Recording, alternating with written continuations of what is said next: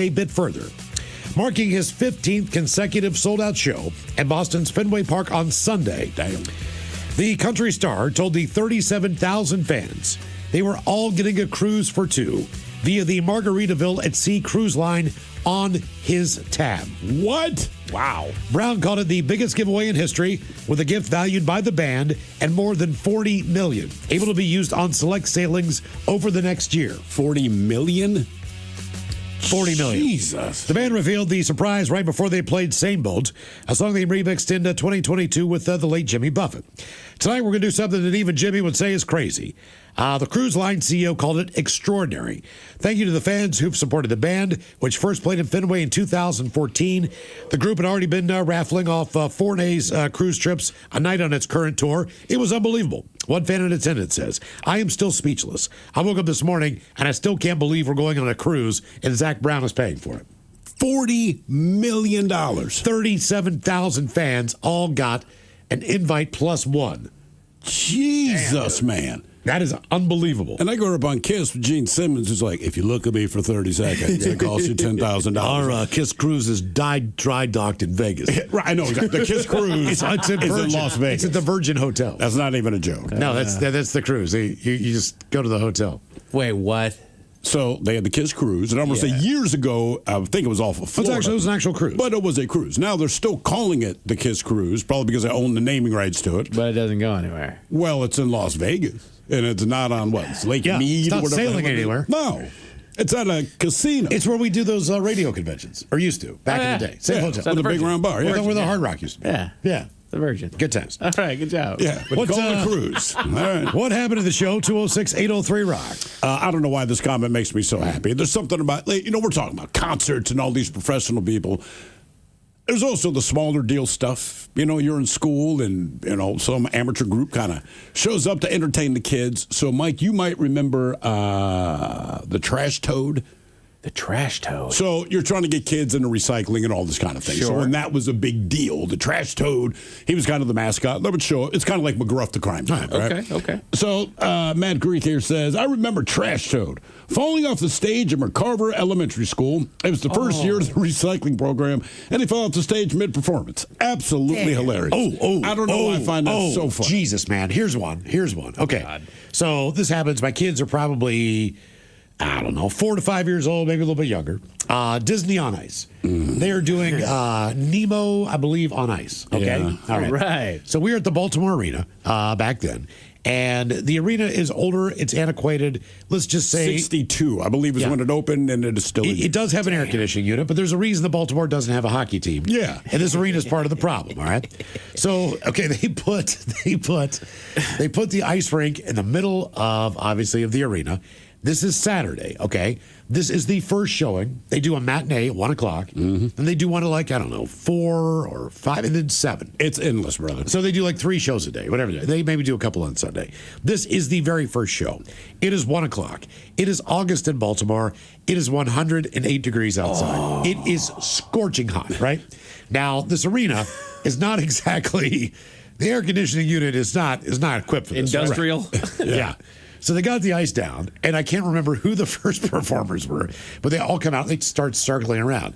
And you basically just see every skater is flying a rooster tail off the back of their skates. Right. This huge trail of water just flying out the back of them. Then 3 people eat it. Now you got to remember, they're in costume, so it's very difficult for these guys still smiling to get up. They're in costume. They're in costume. They parade every Goofy's out there. They're Have all you ever been to there. this, Mike? No. Just to give you an idea, I went once. It sounds fun.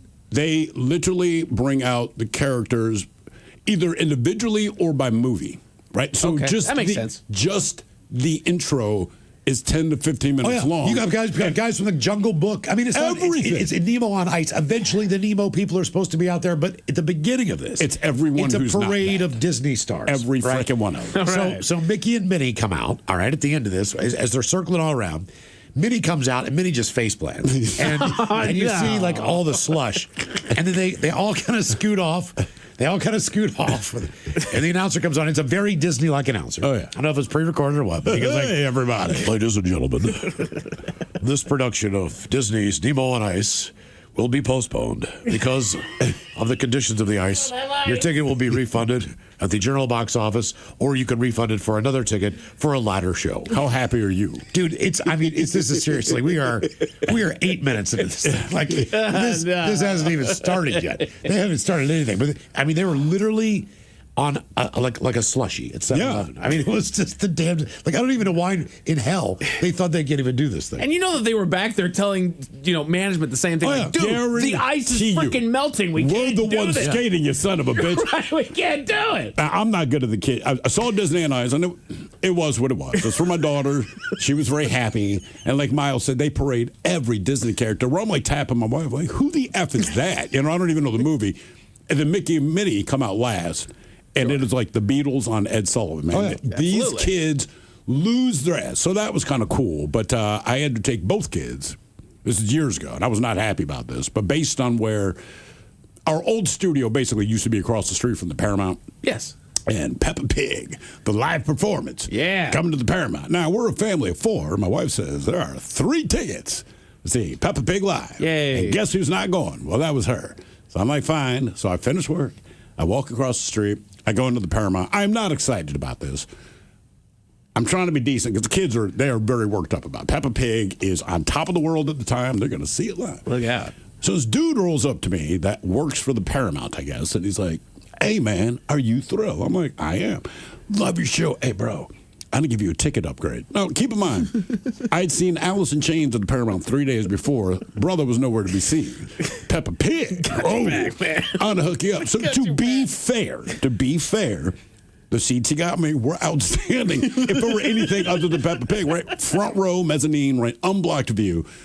So Peppa Pig, they come and they're singing all this crap. And I can't remember. They do whatever they do. I try not to pay attention. Seriously, I hate the show. But the kids are excited. And then the people that are kind of manipulating the cheap-ass puppets they're using, they're like, hey, our next song is a sing-along. And I did not realize that these words came out of my mouth. So like I'm tapping my shoulder from the mom behind me.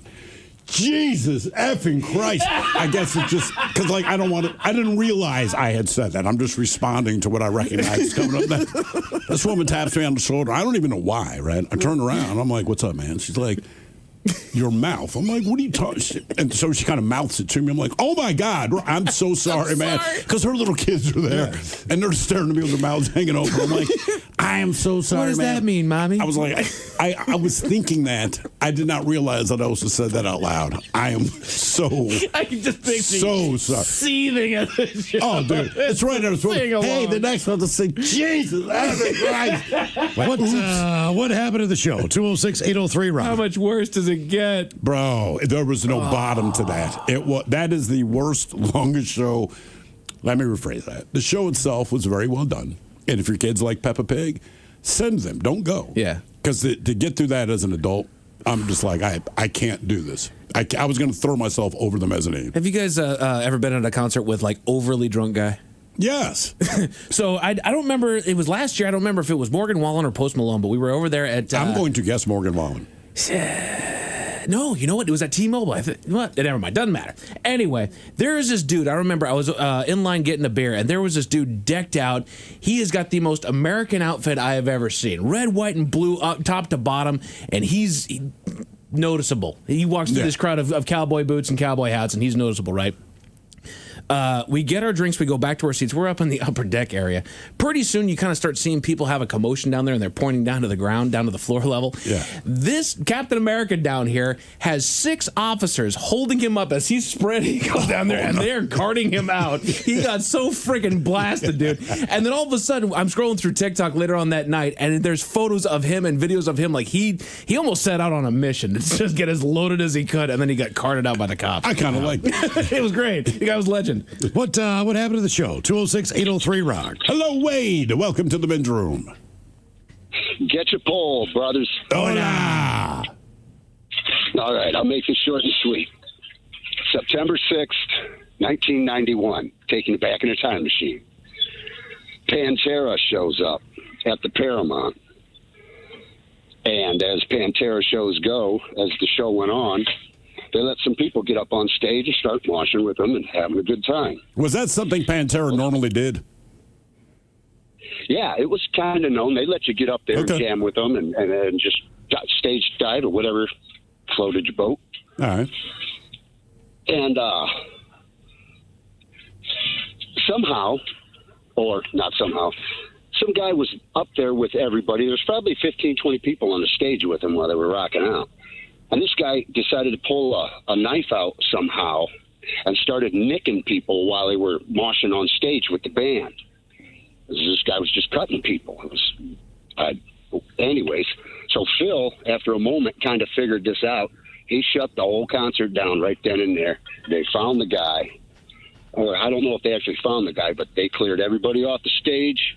We got a Phil Anselmo speech about how not to be a douchebag. And this show continued. And to boot, I knew a stripper from Oregon who had seen him the night